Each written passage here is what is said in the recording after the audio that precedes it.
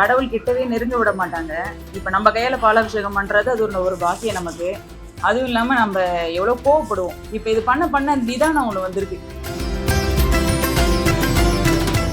என்னங்க நீங்க உங்க தலையில இருந்து ரத்தமா வருது, நீங்க ராகவேந்திரா சாமியை பார்த்து இப்படி அழுகுறீங்களே?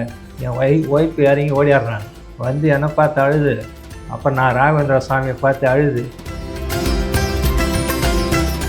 பேச முடியாதவங்களும் பேச வச்சிருக்காரு, கண்ணு தெரியாதவங்களுக்கு கண்ணு கொடுத்துருக்காரு, நடக்க முடியாதவங்களுக்கும் நடக்க வச்சிருக்காரு. எல்லா அற்புதத்தையும் பண்ணவர். இந்த ராகவேந்திர கோயில்ல மிக அற்புதமா எல்லாமே இப்ப நடந்துட்டு இருக்கு. இங்க வந்து ராகவேந்திரரை வணங்கி வேண்டுதல் வச்சாங்கன்னா அது கண்டிப்பா நடக்குது. அதுக்காகவே தான் இப்ப கூட்டம் இங்க வந்துட்டு இருக்காங்க. சொந்தக்காரங்களால பிரச்சனை, வீட்டுல பண பிரச்சனை, இந்த மாதிரி வீட்டுல வேலை பிரச்சனை. 7 வருஷத்துக்கு முன்னாடி வந்தப்ப இருந்த லைஃப் வேற, இப்ப 7 வருஷத்துக்கு அப்புறம் இருக்கிற லைஃப் வேற. அவர் வந்து தீவிர பக்தர், ராகவேந்திர பக்தர். நாங்க மலர் பூஜைக்கு வருஷம் ஒரு 20 வருஷமா மலர் பூஜையில கலந்துக்கிட்டு குரு ராகவேந்திர பூஜை எல்லாம் நடத்தியிருக்கோம். குருவே சரணுன்னு அது கண்ணில் நீர் வடிவும். எனக்கு அந்த அளவுக்கு ஆத்மார்த்தமா பூஜை பண்ணுவேன். குழந்தை இல்லாத பாக்கியம் இல்லாதவங்களும் இங்க வராங்க. குழந்தைகளோட மாசமோட இங்க வந்து தரிசனம் பண்ணிட்டு போறாங்க.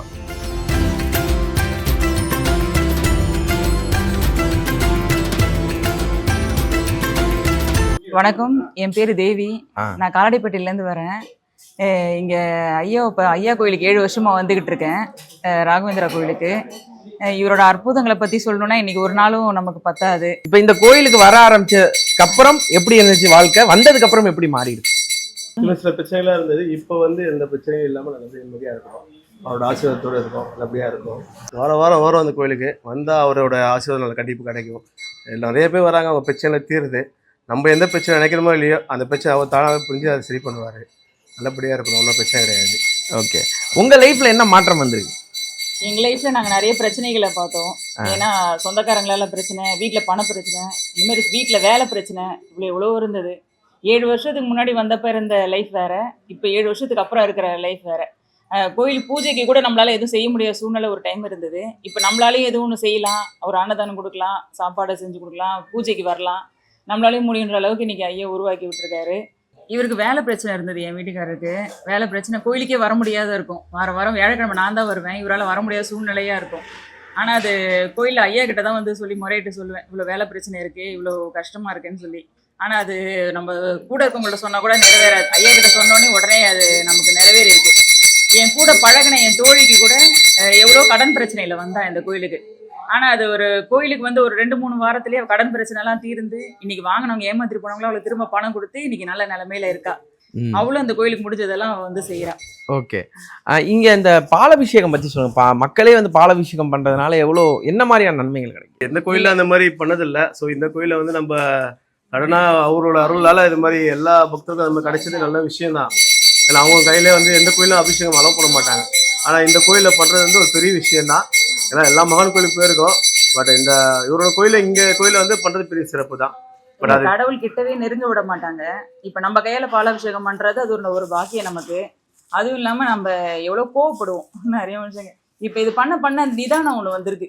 ஓம் ஸ்ரீ குரு ராகவேந்திராய நம. பூஜ்யாய ராகவேந்திராய சத்ய தர்மரதாய ச பஜதாம் கல்ப விருஷாய நமதாம் காமதேனுவே. ஓம் குரு ராகவேந்திராய நம. இந்த ராகவேந்திர கோயில்ல மிக அற்புதமான எல்லா நிகழ்ச்சிகளும் நடந்திருக்குங்க. கொரோனா டைம்ல நான் கும்பாபிஷேகத்துக்கு வந்திருந்தேன். என் பையன் தான் குருக்களா இருக்காங்க இந்த கோயில்ல. எனக்கு ரொம்ப மிராக்கிள். அவன் குருக்களா வேலை செய்வானா கர்ப்ப கிரகத்துல போய், அவன் படிக்கிற வயசு தான், படிப்பு வரல, 10வது கேட்டரிங் முடிச்சிருக்கான். அவனுக்கு ஏத்த வேலை கிடைக்கல அப்படின்னு சொல்லிட்டு மெட்ரோல வேலைக்கு போயிட்டு இருந்தான் அவன். எங்க வீட்டு பக்கத்துல கேசன் ஐயா, அவர் வந்து தீவிர பக்தர், ராகவேந்திர பக்தர். நாங்க மலர் பூஜைக்கு வருஷம் ஒரு 20 வருஷமா மலர் பூஜையில கலந்துக்கிட்டு குரு ராகவேந்திர பூஜை எல்லாம் நடத்தியிருக்கோம். குருவே சரணுன்னு அது கண்ணில் நீர் வடிவும். எனக்கு அந்த அளவுக்கு ஆத்மார்த்தமா பூஜை பண்ணுவேன். அவரு திடீர்னு தான் ஆட்டோல போக சொல்ல, என்னம்மா பண்றீங்க அப்படின்னு என் பையனை கேட்டிருக்கேன். போல இருக்கு. இந்த மாதிரி மெட்ரோலயே வேலை செய்ய, இந்த மாதிரி ராகவேந்திர கோயில்ல குருக்களா வர்றது இருந்தா வாங்க அப்படின்னு எதாச்சியா சொன்னாரு. வந்து ஒரு வாரத்திலேயே வந்து குருக்களா வரேன் அப்படின்னு சொல்லிட்டு அவர் சொல்லி தான் கோயிலுக்கு வந்தோம். நிர்வாகியும் எல்லா பூஜையும் உனக்கு செய்ய தெரியுமா அப்படின்னு கேட்டார். அவர் மனசுல என்ன ஏற்படுதோ எல்லா வேலையும் தெரிஞ்சாதான் ஒரு குருக்கெல்லாம் வந்து நியமிப்பாங்க. நிர்வாகி என்ன பண்ணாரு, நம்ம குரு கோயிலில் வந்து ராகவேந்திரா அனுப்பி வச்ச பையன் இது, அவனுக்கு வேலை தெரியலனா கூட பரவாயில்ல, நீங்கள் வந்து குருக்கெல்லாம் இருக்கட்டும், அவன் தெளிவு கொஞ்சம் கம்மி தான் அவனுக்கு, உடனே மறந்துடுவான், ஒரு டைம் சொல்லி கொடுத்தா உடனே மறந்துடுவான், நீங்கள் இன்னொரு டைம் நீங்கள் யூடியூப் சேனல் வந்தீங்கன்னா கூட மிகப்பெரிய ஆளாக ராகவேந்திரா மாற்றிடுவாருன்னு சொல்லிட்டு எனக்கு ரொம்ப மன மகிழ்ச்சியாக திருப்தியாக நான் சொல்கிறேன் நான். ஆனால் இப்போ வந்து நல்லா அவனே பூஜைலாம் பண்ணுறான், அபிஷேகம் பண்ணுறான், நல்லா கொஞ்சம் தெளிவாக இருக்கான். அதுக்கு முன்னாடி கோவப்படுவான், இப்போ சொல்கிறத ஏற்றுக்கிறான். ஆனால் இப்படி செய்யணும்பா, இது தப்பு அப்படின்னு சொன்னால் ஏற்றுக்கிறான். எல்லாமே எனக்கு ராகவேந்திரர் கொடுத்த பாக்கியம்தான் எனக்கு. இந்த கோயிலில் எல்லாருமே வராங்க, அவங்க கரங்களாலே வந்து அபிஷேகம் பண்ணுறாங்க. அதுதான் ஆத்மாத்மா. அவங்க என்ன குறைகள் நினைக்கிறாங்களோ அந்த அவங்க கரங்களால் அந்த அபிஷேகம் பண்ணுறது வந்து எல்லா தீவினைகளும் மாறும். அவங்களுடைய குடும்ப கஷ்டம், பிரச்சனைகள், குழந்தை பாக்கியம் எல்லாமே ராகவேந்திரர் கொடுப்பாரு. குழந்தை இல்லாதவங்களுக்கு எவ்வளோ பெரிய மகத்துவம்லாம் அவர் பண்ணியிருக்காரு. குரு ராகவேந்திரர் வந்து பேச முடியாதவங்களும் பேச வச்சிருக்காரு, கண்ணு தெரியாதவங்களுக்கும் கண்ணு கொடுத்துருக்காரு, நடக்க முடியாதவங்களுக்கும் நடக்க வச்சிருக்காரு. எல்லா அற்புதத்தையும் பண்ணவர். இந்த ராகவேந்திர கோயிலில் மிக அற்புதமாக எல்லாமே இப்போ நடந்துட்டு இருக்கு. எல்லா அடிகளாரும் இப்போ ஒன்றா சேர்ந்து அவருக்கு அபிஷேகம் பண்ணுறோம், ஆரத்தி பண்ணுறோம், ஆத்மாத்மா பூஜை பண்ணுறோம். மந்திராலயம் போகிற மகிழ்ச்சி, மந்திராலயம் போக முடியலையே, இங்கே ராகவேந்திர கோயில் கொஞ்சம் இம்ப்ரூவ் ஆகலை. இந்த கோயிலில் இந்த யூடியூப் சேனல் மூலமாக நிறைய பேருக்கு தெரியணும், எல்லாம் இந்த கோயிலுக்கு வந்து அவங்களோட பிரச்சனை எல்லாம் தீரணும்னு நான் குரு ராகவேந்திரன் நான் வேண்டிக்கிறேன். எந்த அதிசயம் ரொம்ப உங்களுக்கு ரொம்ப ஆச்சரியமான விஷயமா இருந்துச்சு உங்க வாழ்க்கையை பொறுத்தவரைக்கும்? என் வாழ்க்கையை பொறுத்த ரொம்ப நானுமே மன உளைச்சலாக இருந்தேன். நான் மன உளைச்சலாக இருந்து ராகவேந்திரர் வந்து சரணடைஞ்சு எனக்கு வந்து எனக்குமே ரொம்ப தெளிவு கொடுத்து, இப்படி தான் எதை கொண்டு வந்தோம் இழப்பதற்குன்னு சொல்லிட்டு. எங்கள் வீட்டுக்கார் நல்ல ஜாப்ல இருந்தாலும் எதுவுமே கொஞ்சம் வசதி கம்மி தான் எனக்கு.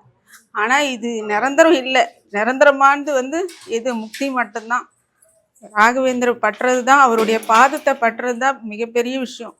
எல்லாருக்குமே வீடு வசதி வாய்ப்பு எல்லாமே வந்துடும். அந்த ஆத்மாத்மான பக்தி குரு அருள் கிடைக்கிறதுக்கு எல்லாருக்குமே கிடைக்காது.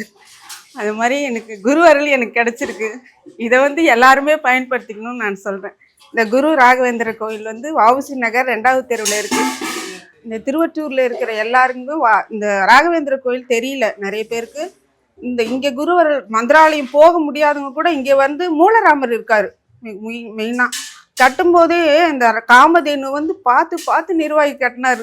அந்த அம்சம் காமதேனு மிக பிரமாதமாக அமைஞ்சிடுச்சு அவருக்கு கண்ணில். அன்னைக்கு வந்து அவருக்கு நிதி நிலைமை கொஞ்சம் பற்றாக்குறை தான். எப்படி நம்ம ராகவேந்திர மூலராமரே வந்திருக்காரு, அந்த காமதேவனை பிரதிஷ்டை பண்ணுறது ரொம்ப கஷ்டப்பட்டு அவர் கட்டினார். அது அற்புதமாக அமைஞ்சிடுச்சு அவருக்கே. ராகவேந்திரா சாமி இந்த கோயிலை பற்றி கண்ணபுரான் ஸ்ரீ மூலராமர் ராகவேந்திரா சுவாமி திருக்கோயில் இது. இந்த கோயிலோட வந்து அற்புதம் நிறைய நடந்திருக்கு. இங்கே ஒரு பெரியவரே வந்து காட்சி கொடுத்துட்டு இந்த கோயிலுக்கு போயிருக்கார். ராகவேந்திரா சுவாமி நிறைய பேசியிருக்காரு, நிறைய அதிசயம்லாம் சொல்லிட்டு போயிருக்காரு. இங்கே அது மாதிரி இந்த கோயில் ஆரம்பித்து வந்து 12 வருஷம் ஆகுது. இந்த கோயிலோட வந்து அற்புதம், குழந்தை இல்லாதவங்களுக்கு குழந்தை பிறந்திருக்கு வேண்டிக்கின்னு, நிறையா வேலை இல்லாதவங்களுக்கு வேலை கிடச்சிருக்கு, நிறைய அற்புதம்லாம் பண்ணிட்டு தான் இருக்காரு இங்கே சாமி வந்து. ராகவேந்திரா சாமி வந்து டெய்லியும் வியாழக்கிழமைனா அன்னதானம் போடுறாங்க.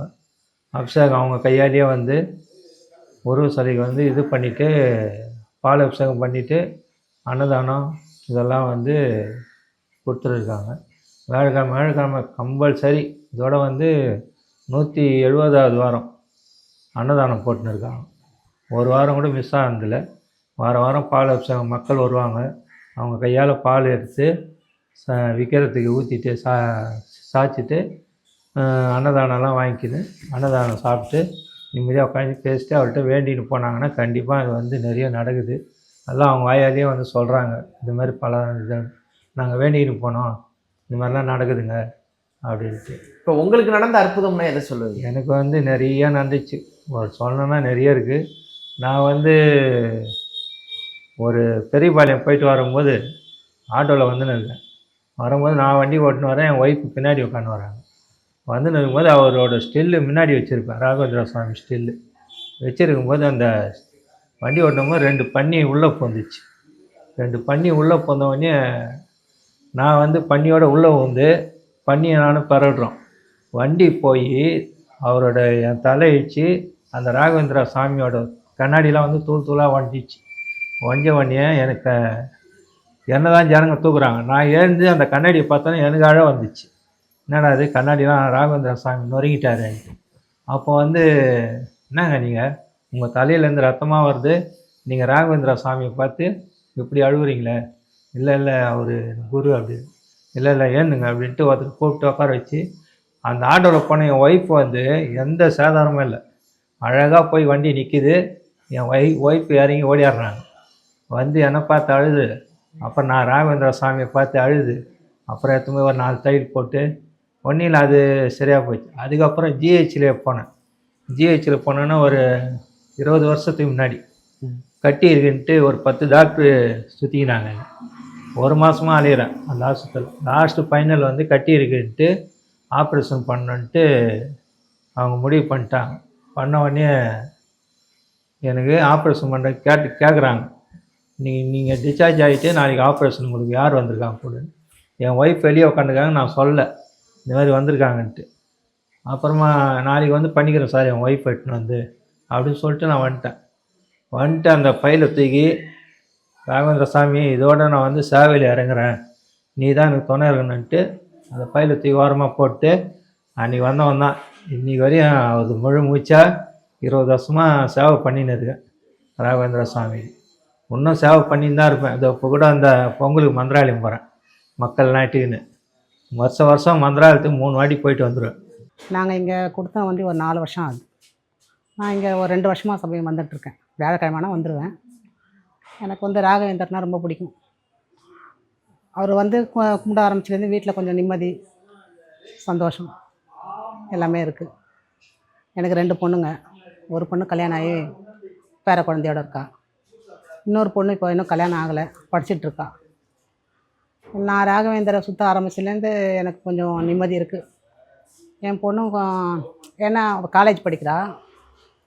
3 வருஷம் நல்லபடியாக படிப்பு முடித்தா. அரியர் இல்லாமல் படிக்கணும், நல்லபடியாக அவள் படித்து வெளியில் வரணும்னு நினச்சா. அதே மாதிரி நடந்தது. இப்போ எம்பிஏ சேர்ந்துருக்கா, படிச்சிட்ருக்கா. அவளுக்கு ஒரு நல்லபடியாக ஒரு கல்யாணம் பண்ணி அனுப்பணும். எனக்கு தெய்வ நம்பிக்கை கொஞ்சம் ஜாஸ்தி. சரி அவளோட வாழ்க்கையை நல்லபடியாக அமைச்சு கொடுப்பான்னு சொல்லி சுற்றிட்டுருக்கேன் நான். இந்த கோயிலுக்கு வந்ததுக்கப்புறம் ஒரு விஷயம் மாறி இருக்குன்னா என்ன விஷயம் மாறி இருக்கு உங்கள் வாழ்க்கை? எனக்கு என்ன விஷயம் மாறி இருக்குன்னா, என்னோடய பேர குழந்தை வந்து ரொம்ப ஒரு மாதிரி ஹைப்பர் ஆக்டிவிட்டின்ற மாதிரி ரொம்ப இதுவாக இருப்பான். ஒரு இடமா உட்கார மாட்டான். வீட்டில் ரொம்ப துருத்துருன்னு இருப்பான். ஸ்கூலில் அவனை எல்கேஜி சேர்த்தப்பவும் அதே மாதிரியே பண்ணிகிட்டு இருந்தான். இங்கே ஒரு ஸ்கூலில் சேர்த்துருந்தோம், நல்ல ஃபேமஸான ஸ்கூல் தான்.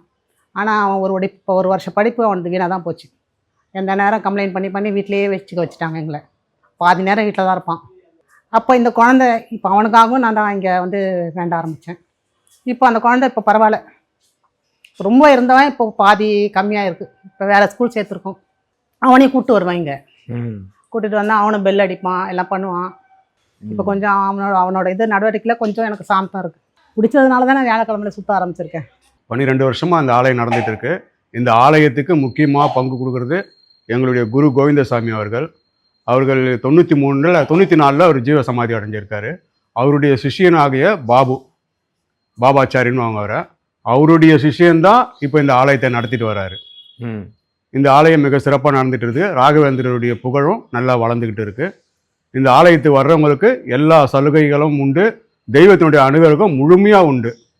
இந்த ஆலயத்தை வழிபடுறவங்களுக்கு அவங்களுடைய விருப்பங்கள் அனைத்தும் நிறைவேறும்ன்றத ஸ்ரீ ராமஜெயத்து மூலியமா சொல்லிக்கிறேன். சரி, இப்போ நீங்கள் இவ்வளோ வருஷமாக இந்த ஏரியாவில் இருக்கீங்க, இந்த கோயிலுக்கு வந்துக்கிட்டு இருக்கீங்க, இந்த குருமார்கள் எல்லாம் ஃபாலோ பண்ணிக்கிட்டு இருக்கீங்க. இந்த இடத்தோட மகிமை அப்படின்னு நீங்கள் கண்கூட பார்த்த விஷயம்னா என்ன? கண்கூட பார்த்த விஷயம்னா, இங்கே வந்து ராகவேந்திரரை வணங்கி வேண்டுதல் வச்சாங்கன்னா அது கண்டிப்பாக நடக்குது. அதுக்காகவே தான் இப்போ கூட்டம் இங்கே வந்துட்டு இருக்காங்க. அந்த நம்பிக்கையோடு வராங்க. அவங்களுடைய காரியங்களும் ஜெயமாகுது.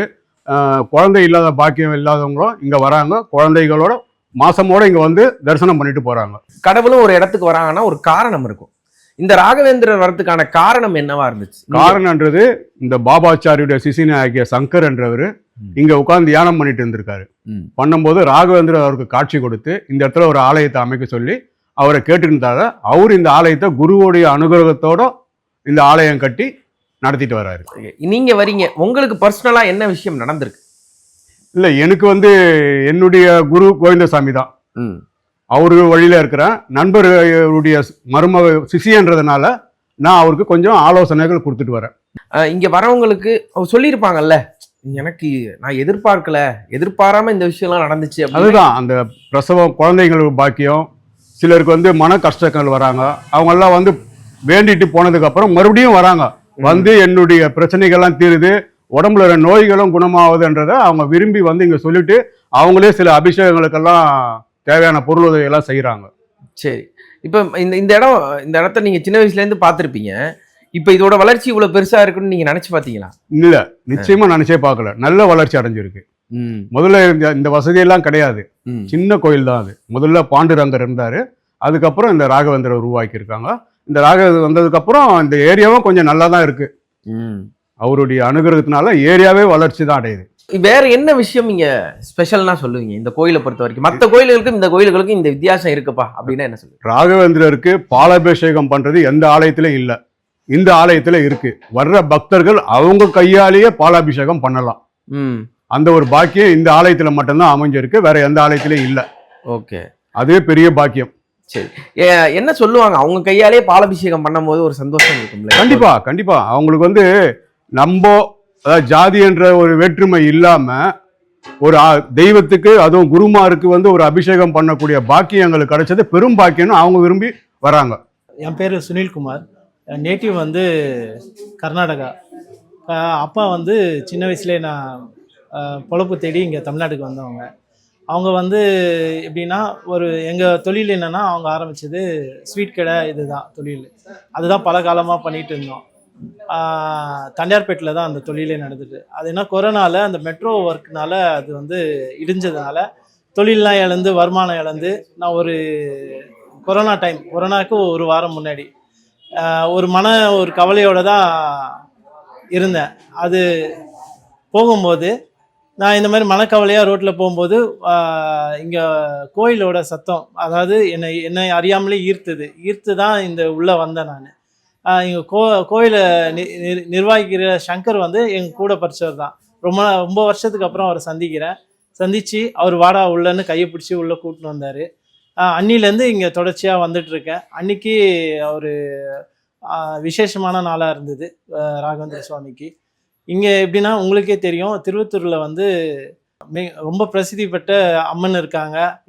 எங்கே சுற்றி பார்த்தாலும் பல மகான்கள் வந்த கால் பதிச்ச இடம் இது. இங்கே வந்து மக்களால் வந்து ரொம்ப வருஷமாக வந்து பாண்டுரங்கரை நினச்சி பஜனை பண்ணி தெய்வீகமாக நடந்த ஒரு இடத்துல வந்து ராகவேந்திர சுவாமி அவர் மனசு இறங்கி வந்து அதாவது சங்கர் மூலியமா இங்கே நிர்வகிக்கணும்னு அவர் மனசு வச்சதுனால தான் வந்து இங்கே பிரதிஷ்டை ஆயிருக்காரு. பிரதிஷ்டை மட்டும் இல்லை, இங்கே இருந்து வாழ்கிறதா எங்களுக்கெல்லாம் ஒரு நம்பிக்கை. அதுக்கப்புறம் நாங்கள் வந்து தற்செயலாக பேசி இங்கே பாலாபிஷேகம் நடக்கணும், உற்சவர் வந்துட்ட பேருக்கு அப்படின்னு ஒரு முடிவு எடுத்து ஆரம்பித்தது தான் இந்த பாலாபிஷேகம், உற்சவர். ஆனால் எல்லா இடத்துலையும் வந்து பால் நம்ம கொடுத்து அர்ச்சகரோ ஐயரோ தான் பண்ணுவாங்க. இதை அதை விட சிறப்பாக பண்ணணும்னு கருதி தான் வந்து பக்தர் கையால் பண்ணும்போது அவங்க மன கவலையெல்லாம் ராகவேந்திர சுவாமிக்கு டைரெக்டாக வந்து அவங்க கையால் பண்ணும்போது மனசு சாந்தி கொடுக்குது. ஏன்னா இப்போ எல்லாருக்கும் முக்கியமாக தேவை மன நிறைவும் மன நிம்மதியும் தான். அது மூலிமா தான் பல பிரச்சனைகள் வருது. அதுவே இந்த அபிஷேகம் மூலியமாக தீருதுன்றப்போ எல்லாத்துக்கும் ஒரு தீர்வாக இருக்கும்ன்ற ஒரு கருதி தான் இதை ஆரம்பிச்சது. பிரசாதமும் நாங்களே தான் ஆரம்பித்தோம். பல பேரை வச்சு வந்து செஞ்சு கொடுக்கணும் தான், அதுவும் அது எதுவுமே செட் ஆகலை. நம்ம பக்தராக வந்து நம்ம அண்ணன் வந்து நவீன் அண்ணன், அவர் வந்து இங்கே வந்து அவர் செய்ய தெரியாதுன்னு சொல்லி ஆரம்பித்து அவர் கையாலே வாரம் செய்கிற மாதிரி இப்போது மாறி இருக்கு. இங்கே வரவங்க எல்லாமே அவங்க அன்பாலையும் ஒரு பக்தியாலையும் செய்கிற எல்லா விஷயம்தான் இது நடக்குது, தொடர்ச்சியாக நடந்துட்டு இருக்கு. எல்லாம் எப்படி கை தூக்கி விட்டாரு ஐயா? எங்களுக்கு வந்து நம்பிக்கை கொடுத்தாரு. நம்பிக்கை இழந்து தெரிஞ்ச எனக்கு வந்து நம்பிக்கை கொடுத்து பல உறவுகளை கொடுத்து, நண்பர்களை கொடுத்து, ஒரு வழிகாட்டுதலுக்கு எல்லாரையும் கொடுத்து, நம்ம வாழ்க்கையில் நம்பிக்கை இழக்காமல் வாழணும் அப்படின்ற ஒரு இதை கற்றுக் கொடுத்தாரு. இன்றைக்கும் நமக்கு துணியாக எல்லாருக்கும் இருக்கிறாருன்ற ஒரு நம்பிக்கையோடு நாங்கள்லாம் இங்கே வந்து சேவை செய்கிறோம், வரோம். வணக்கம், என் பேர் சங்கர். திருவட்டூர் காலேடிப்பட்டு வஉசி 2வது தெருவில் இருக்கோம். நமக்கு வந்து சித்தர் வழிபாட்டில் இருந்தோம். ஒரு 20 வருஷத்துக்கு முன்னாடிலேருந்து சித்த வழிபாட்டில் இருக்கோம். எங்கள் குருநாதர் பாபுஜி ஐயா, அவரோட குரு கோவிந்தசாமி ஐயா, அவங்களோட வழியில் வந்து சித்த வழிபாட்டில் இருந்தோம். தியானம் அந்த வழியில் இருந்தோம். அப்படி இருந்து பார்த்திங்கன்னா 20 காலம் ஓடிச்சு. அதுக்கப்புறம் ஒரு சன்னிதானம் சமாதி நிலை அடையிறதுக்கு முன்னாடி நமக்கு வந்து தியான வழிபாட்டில் குரு ராகவேந்தர் கிடைக்கிறாரு. தென்பட்டு சன்னிதானம் பண்ணுப்பா அப்படின்றாரு நமக்கு. அந்த நாள் எப்படி நடந்துச்சு? நீங்கள் என்ன பண்ணிட்டு இருந்தீங்க? உங்களுக்கு அந்த நாள் ஞாபகம் இருக்கா? அந்த நாள் ஞாபகம் இருக்குது. ஏன்னா சில விஷயங்கள் பார்த்திங்கன்னா யோக மார்க்கம் அப்படின் போது சில விஷயங்களை வந்து நம்ம வெளியே சில விஷயங்கள் பேச முடியாது. யோகத்தை விஷயங்களில் சில விஷயங்கள் வெளியே பேச முடியாது. அது கனவு அந்த மாதிரியா உங்களுக்கு இந்த லோகத்துக்கு சொல்கிற மாதிரி நான் சொல்கிறேன். அந்த மாதிரி ஒரு காட்சிகளை வந்து நம்ம சில விஷயங்கள் வெளிப்படுத்த முடியாதுன்றதுனால நான் சொல்கிறேன். இருந்தாலும் ஜெகத்குரு ராகவேந்திர சுவாமியோட புகழை தெரியணுன்றதுக்காக இப்போ நம்ம அந்த பதிவை சொல்கிறோம். அப்போது ஒரு நாள் வந்து சமயம் வந்து குருராஜர் வந்து நம்ம தியான வழியில் வரும்போது காலையில் விடிகாலில் நம்ம எப்பயும் தியானம் பண்ணுற வழக்கம். அதில் வந்து ராயர் வந்து காட்சி கொடுக்குறாரு. நைனா எனக்கு சன்னிதானம் பண்ணுங்க முதல் பார்த்த காட்சி, அதை மறக்க முடியாத தருணம் அது. அதில் வந்து இந்த மாதிரி விஷயம் சன்னிதானம் பண்ணுன்றாரு. இந்த தொடரை வந்து அப்படியே போயிட்டுருக்கு, ரிப்பீட்டடாக வரார். அவர் வந்து ஒரு தொடராக வந்து நீ வந்து சன்னிதானம் பண்ணணும் அப்படின்னு சொல்கிறாரு. முன்னதில் வந்தது யார் ராகவேந்திர சுவாமின்னு கூட எனக்கு தெரியாது, வந்தது அவர் தானான்னு தெரியாது. அடுத்த கட்டத்தில் தான் அவருக்கு தெரிய ஆரம்பிக்குது. என் குருக்கிட்ட போய் நான் சொல்கிறேன், சன்னிதானம் பண்ண சொல்கிறாங்க பெரியவங்க, இந்த மாதிரி வந்தாங்க சன்னிதானம் பண்ண சொல்கிறாங்க அப்படின்னு சொல்கிறேன். அவர் வந்து சொல்கிறாரு, மகான்களோட சித்தருக்கெல்லாம் பெரியவங்க, அவங்க மகான்கள், அவர் பெரிய மகான்கள், அவங்கள வந்து வணங்குறதே நமக்கு பெரிய பாக்கியம். அவரை வந்து சன்னிதானம் பண்ணணும் அப்படின்னு நினைக்கிறது வந்து பெரிய விஷயந்தான். ஆனால் அவங்க வந்து சொல்லுவாங்க, பெரியவங்க சொல்லுவாங்க, அதுக்குண்டான இதுவெல்லாம் நம்ம பண்ணுறதுக்கு வந்து ரொம்ப கஷ்டம்ப்பா, இதை வந்து நம்ம அதுக்குள்ளே போக வேண்டாம், நமஸ்காரம் பண்ணிட்டு போ அப்படின்னு சொல்கிறார். சரிப்பா அப்படின்னா மறுபடியும் அதே தொடராக குருராஜர் வராரு. மறுபடியும் சொல்கிறேன் இதே மாதிரிப்பா, இது மாதிரி தொடர்ந்து அவரே தான் வராரு அப்படின்னு. இல்லை பரவாயில்ல, நீங்கள் வந்து இதுக்கப்புறம் இது வந்தால் குரு வந்து உத்தரவு இருந்தால் நான் வந்து பண்ணிடுறேன், குரு உத்தரவு கிடைச்சா நான் உனக்கு வந்து சன்னிதானம் பண்ணுறேன், உங்களுக்கு பண்ணுறேன்ப்பா அப்படின்னு சொல்லி அதே வழியில் அவர்கிட்ட தகவல் சொல்லிடுன்ற மாதிரி சொல்கிறாரு. சரிங்கன்னு சொல்லிவிட்டு அதுக்கப்புறம் வரல. இதே வந்து குருக்கிட்ட போய் நான் சொல்கிறேன், அப்போ அதுக்கப்புறம் வரல, அவர் வந்து பெரியவர் வரலப்பா அப்படின்னு. சரி பரவாயில்ல விடு, அடுத்த கட்டத்தை நோக்கி போயிட்டு பயணம் பண்ணிகிட்டே நம்மளோட ஆன்மீக தேடல் நோக்கி போயிட்டே அவ்வளோதான் அப்படின்னு போயிட்டே இருக்கிறோம். அப்போ எதுக்காகப்பா இந்த மாதிரி சன்னிதானம்னா, பெரியவங்களோட இதுவெல்லாம் நம்ம பண்ண தொட முடியாது அப்படின்னு நம்ம சொன்னால் நம்ம வருங்காலங்களில் அறுவடை பண்ணும்போது நம்ம இருக்கிறது கஷ்டம், அதனால் அவங்கள நமஸ்காரம் பண்ணுறதே பெரிய விஷயம் அப்படின்னு சொல்லிட்டார். இடையில ஒரு நாள் என்னை தொடர்பு கொண்டு ஃபோன் பண்ணார். 1 மாதம் காலம் ஆயிடுச்சு.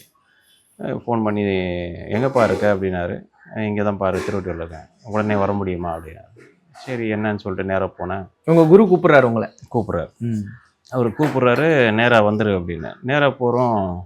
போய் அமர்ந்தோடனே சன்னிதானம் நீ பண்ணணும் அப்படின்னு சொல்கிறார். அவருக்கு சன்னிதானம் பண்ணு, நீங்கள் தானே சொன்னீங்க ஒரு இவ்வளோ நாள் அவரோட பெரியவங்களோட விஷயங்கள்லாம் இது மாதிரி இருக்குது, நீங்கள் சன்னிதானம் நம்ம பண்ணக்கூடாது, இப்போ எதுக்கு அப்படின்னு சொன்னீங்க அப்படின்னு. கரெக்டு தான், நான் தான் சொன்னேன். இங்கேயே வந்து அவர் நமக்கு வந்து காட்சி கொடுத்து மகான் இங்கேயே வந்து சொல்லிட்டாரு, உனக்கு வேலை இருக்குது, அது என்ன வேலைன்றதுலாம் எனக்கு சொல்லலை, அது ஒரு சூட்சமமாக இருந்திருக்கலாம், அதை நீ பண்ணி தான் ஆகணும், அதை நோக்கி பயணம் பண்ணு அப்படின்னு சொன்னார். அப்படி சொல்லி கூட அதுக்கும் நான் உதவியாக கூட இருக்கேன், நான் கூட நிற்கிறேன் அப்படின்னு சொன்னார். அப்புறம் ஒரு இடங்கள்லாம் போய் சன்னிதானத்துக்காக வெளியெல்லாம் சுற்றணும், குருவோடையே சேர்ந்து சுற்றினேன். அவருக்கு உண்டான சித்தி அடைகிற நேரம் வந்ததுக்கு அப்புறமா, சமாதி நிலை வர நேரம் வந்துடுச்சு அப்புறமா அவர் சுலவாயிட்டார். இல்லை நீ இதுக்கப்புறம் நீ பண்ணு, அதுக்குண்டான வேலை உனக்கு இருக்குது, நீ பண்ணுனாரு. ஏன்ப்பா அப்படின்னு சொன்னேன். இல்லை எனக்கு உண்டான காலம் நெருங்கிடுச்சு, நான் அந்த வேலையை பார்க்கணும், நீ பாரு அப்படின்னு சொன்னார். அதுக்கப்புறமா அவர் சமாதி நிலை அடைஞ்சிட்டார். சமாதி நிலை அடைஞ்சிட்டவுடனே குரு இல்லாத போது நமக்கு என்னென்ன ஒரு பிளாங்காக இருக்கும் இல்லைங்களா, எதுவுமே இல்லை, அவர் இல்லையா, நம்ம எப்படி அடுத்த கட்டத்துக்கு நகர போகிறோம். இருந்து தான் அவருக்கு வந்து ஒரு முதுகெலும்பாக இருந்தவங்க பெரியவங்க, அவங்களும் இல்லை, நம்ம எப்படி அதை கொண்டு போக போகிறோம் அப்படின்ற ஒரு கேள்விக்குறியோடு இருந்தேன். அந்த ஒரு சூழலில் அவருக்கு கிளம்புனோடனே தொழில் ரீதியாகவும் எதுவுமே நம்ம பண்ண முடியல, ரொம்ப பிளாங்காக அப்படி நின்றோம். சரி அடுத்து என்ன பண்ணணும் அப்படின்னா 2024 குரு பூஜை நம்ம தொடங்கலாம், அவர் சன்னிதானம் அவர் சமாதி நிலை அடைஞ்ச அப்புறமா குரு பூஜை தொடங்கலாம் அப்படின்னு சொல்லிட்டு ஆரம்பித்தோம். கூட பெரியவங்களோட ஆசீர்வாதத்தோடு ஆரம்பிக்கிறோன்னு. அதில் முதல் வருஷம் பண்ணும்போது தான் நம்ம ரொம்ப ஸ்ட்ரகிளாக இருந்தது. நான் நிறைய விஷயத்தில் சொல்லியிருப்பேன். ஏன்னா முதல் வருஷம் பண்ணும்போது பார்த்திங்கன்னா ஒரு குருவும் வந்து பார்த்திங்கன்னா அவர் பாபா சன்னிதானம் வச்சு நிறைய அற்புதங்கள் பண்ணிகிட்டு இருந்தார். தைப்பூச நாள்லாம் எடுத்து குரு பண்ணிகிட்டு இருந்தார். அவரோட சேர்ந்து நாங்கள் ட்ராவல் ஆகிட்டு இருந்தோம். நமக்கு வந்து ராகவேந்திர சுவாமி கிடைப்பார் நம்ம நினச்சி பார்க்காத ஒரு விஷயம். அது இயற்கையாக வந்து அவர் தேர்ந்தெடுத்து நமக்கு கொடுத்த அது ஒரு வரப்பிரசாதமாக தான் பார்க்கணும். ஏன் அப்படியே இதுவை நம்ம குரு பூஜை பண்ணணும்னு சொல்லி அவர் உத்தரவு கொடுத்து போனதான், நீ பண்ணுவேன் செய்வேன் சன்னிதானம் பண்ணுவேன்னு. அதுக்காக ரொம்ப ஸ்ட்ரகிள் ஆகி நாங்கள் சுற்றணும்.